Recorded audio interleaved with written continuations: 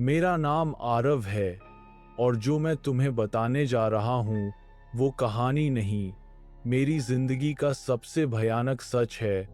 अगर तुम्हें लगता है कि हॉरर सिर्फ कहानी होती है, तो तुमने कभी अपनी माँ की आंखों को अंधेरे में बदलते हुए नहीं देखा। हम शहर छोड़कर गांव आए थे। पापा ने कहा था, ताज़ी हवा होगी, शांति होगी, फार्म हाउस है, सब ठीक हो जाएगा। पर गांव में कदम रखते ही मुझे महसूस हो गया था, यहाँ हवा नहीं, कुछ और चल रहा है। गाड़ी रुकते ही एक अजीब सी बदबू आई, जली हुई लकड़ी और कुछ ऐसा जो इंसान के जिस्म के बाद बचता है। मैंने पीछे मुड़कर देखा। फार्म हाउस से थोड़ी दूर एक पुरानी हवेली खड़ी थी। दीवारें काली, खिड़कियां ऐसी जैसे अंदर से कोई झोंक रहा हो। ड्राइवर ने अचानक गाड़ी बंद कर दी। यहीं उतर जाओ, आगे मैं नहीं जाऊंगा। पापा हंसे, मजाक बंद करो। ड्राइवर ने आंखों में देखा और बोला, साहब, इस हवेली के बाद जो रहता है वो या तो पागल होता है या जिंदा नहीं होता। फार्म हाउस बाहर से सुंदर था, हरी घास, सफेद दीवारें, एक बड़ा सा दरवाजा। माँ खुश हो गई, बहन भागती हुई अंदर गई। सिर्फ मैं ही था जो पीछे मुड़ मुड़ के हवेली को देख रहा था। उस हवेली की सबसे ऊपर वाली खिड़की, वहां एक साया हिला। मैं ब्लिंक किया, साया गायब। रात को पहली बार जब हम सोए तो मुझे नींद नहीं आ रही थी। क्लॉक देखी 2, 12 हम तभी टिक टिक टिक, घड़ी रुक गई और 1 सेकंड बाद 2, 13 हम फार्म हाउस के बाहर से घुंघरू बजने लगे, छन छन छन। माँ बोली, किसी गांव की शादी होगी। पर वो आवाज नाच की नहीं थी, वो आवाज बुलाने की थी। और तब मुझे सुनाई दिया, आरव, मेरा नाम। मैं उठकर खिड़की के पास गया। बाहर अंधेरा था, पर हवेली की छत पर एक औरत खड़ी थी। उसके बाल जमीन तक, उसके पैर उल्टे थे। और जब उसने चेहरा उठाया तो मुझे दिखा उसकी आंखें नहीं थीं, सिर्फ काला खालीपन। सुबह पापा ने सबको डांटा, मेरी फैमिली कोई भूत प्रेत की कहानियों पे नहीं चलेगी। तभी गांव की एक बुढ़िया आई। उसने फार्म हाउस देखा और जमीन पर बैठ गई। देर हो गई, पापा ने पूछा, किस बात की? बुढ़िया ने मुझे देखा, सिर्फ मुझे। ये लड़का, इसने उसे देख लिया है। माँ घबरा गई। किसे? बुढ़िया बोली, हवेली की मालकिन को। और जाते जाते एक लाइन बोली जो आज भी मेरे कानों में गूंजती है, आज रात वो पहली चीज मांगेगी। रात फिर आई, क्लॉक फिर रुकी। 2:13 आम, रसोई से बर्तन गिरने की आवाज। माँ उठी, मैं उसके पीछे गया। रसोई में मेरी बहन खड़ी थी। चुप, बिल्कुल चुप। माँ ने कहा, क्या कर रही हो? बहन धीरे धीरे मुड़ी। उसकी आंखें पूरी सफेद थीं और उसके मुंह से आवाज निकली, पहला खून। लाइट्स बंद हो गईं और जब लाइट वापस आई, मेरी बहन जमीन पर पड़ी थी, सांस नहीं चल रही थी। मेरी बहन की बॉडी किचन के ठंडे फ्लोर पर पड़ी थी, आंखें खुली हुई, जैसे कुछ कहना चाह रही हो, पर आवाज निकलने से पहले ही उससे छीन ली गई हो। माँ चीखी। पापा ने बहन को उठाने की कोशिश की, पर जैसे ही पापा ने उसका हाथ पकड़ा, उनके हाथ से खून नहीं, राख गिरने लगी। और तब फार्म हाउस की सारी लाइट्स एक साथ बंद हो गईं। अंधेरा ऐसा था जैसे किसी ने आंखों पर हाथ रख दिया हो, और उस अंधेरे में एक ही आवाज थी, छन छन छन। घुंघरू बिल्कुल पास।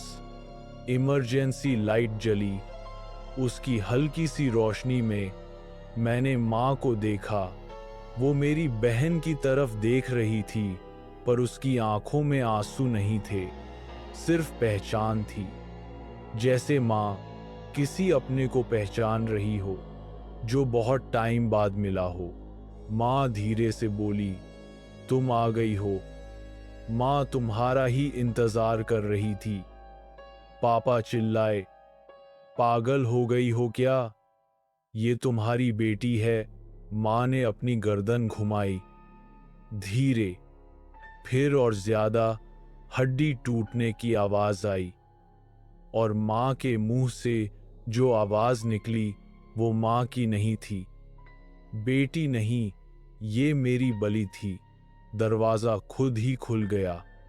हवेली की तरफ जाने वाला कच्चा रास्ता लाल हो चुका था, खून से नहीं, मेहंदी जैसे रंग से, जैसे शादी के लिए सजाया गया हो। पापा ने मुझे पीछे खींच लिया। नहीं जाएंगे, सुबह पुलिस। तभी पापा के कान के पास कोई बोला, पुलिस ने ही तो जलाया था मुझे। पापा जम गए। उनकी आंखें धीरे धीरे काली होने लगी, और मुझे समझ आ गया, अब इस घर में कोई भी सुरक्षित नहीं है। मैं भागकर बाहर निकला। गांव के मंदिर में एक ही आदमी बचा था, बूढ़ा पंडित। उसने मुझे देखते ही कहा, देर हो गई आरव, सब कुछ बताओ। मैंने चिल्लाया। पंडित का हाथ कांप रहा था।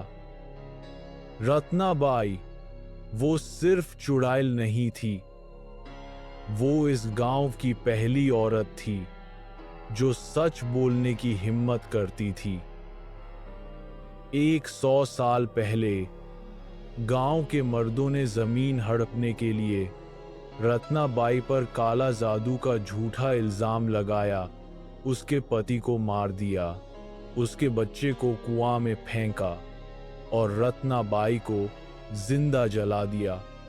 पंडित रोया। मरते वक्त उसने कहा था, मेरा खून जब वापस आएगा वह इस गांव की एक एक नस बंद कर देगा। मैंने पूछा, मेरा परिवार क्यों? पंडित ने मेरी तरफ देखा। क्योंकि जमीन तुम्हारे दादा ने खरीदी थी, उस चिता के ऊपर। मैं वापस फार्म हाउस आया। अंदर बिल्कुल शांति थी। पापा माँ दोनों लिविंग रूम में खड़े थे, बिल्कुल चुप। टीवी चालू था। स्क्रीन पर सिर्फ एक लाइन चल रही थी, आरव अंदर आ। हवेली का दरवाजा खुला था। मैं अकेला अंदर गया।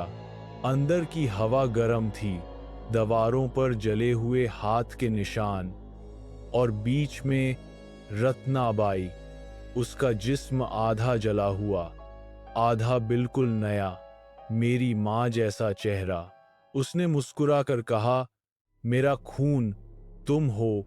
उसने मुझे सच बताया, मैं तुम्हें नहीं मार सकती, तुम मेरे खून से हो, पर श्राप तभी खत्म होगा जब कोई अपनी मर्जी से इस कहानी को जिंदा रखेगा। 2 रास्ते थे, मैं अपनी जान दूं, सब कुछ यहीं खत्म, गांव भी, हवेली भी, या मैं जिंदा रहूं और इस कहानी को दुनिया तक पहुंचाओ ताकि लोग डरें और वो जिंदा रहे। उसने मेरे कान में कहा, डर सबसे ताकतवर चीज है आरव। मैंने आग में कदम नहीं रखा। मैंने कैमरा उठाया और ये कहानी रिकॉर्ड कर दी। जैसे ही मैंने रिकॉर्ड बटन दबाया, हवेली की दीवारें कांपने लगीं। माँ पापा गिर गए, लाइटें बंद। और जब सुबह हुई, फार्म हाउस खाली था। हवेली वहां थी ही नहीं। पुलिस आई, कोई लाश नहीं मिली। सब बोले, तुम ट्रॉमा में हो। आज मैं ये कहानी सुना रहा हूं, तुम सुन रहे हो। और अगर तुम्हें लग रहा है कि ये सिर्फ स्टोरी है, तो एक काम करो, आज रात 2:13 बजे अपनी घड़ी देखो। अगर वो 1 सेकंड के लिए रुक जाए, समझ लेना रत्नाबाई ने तुम्हें सुन लिया है।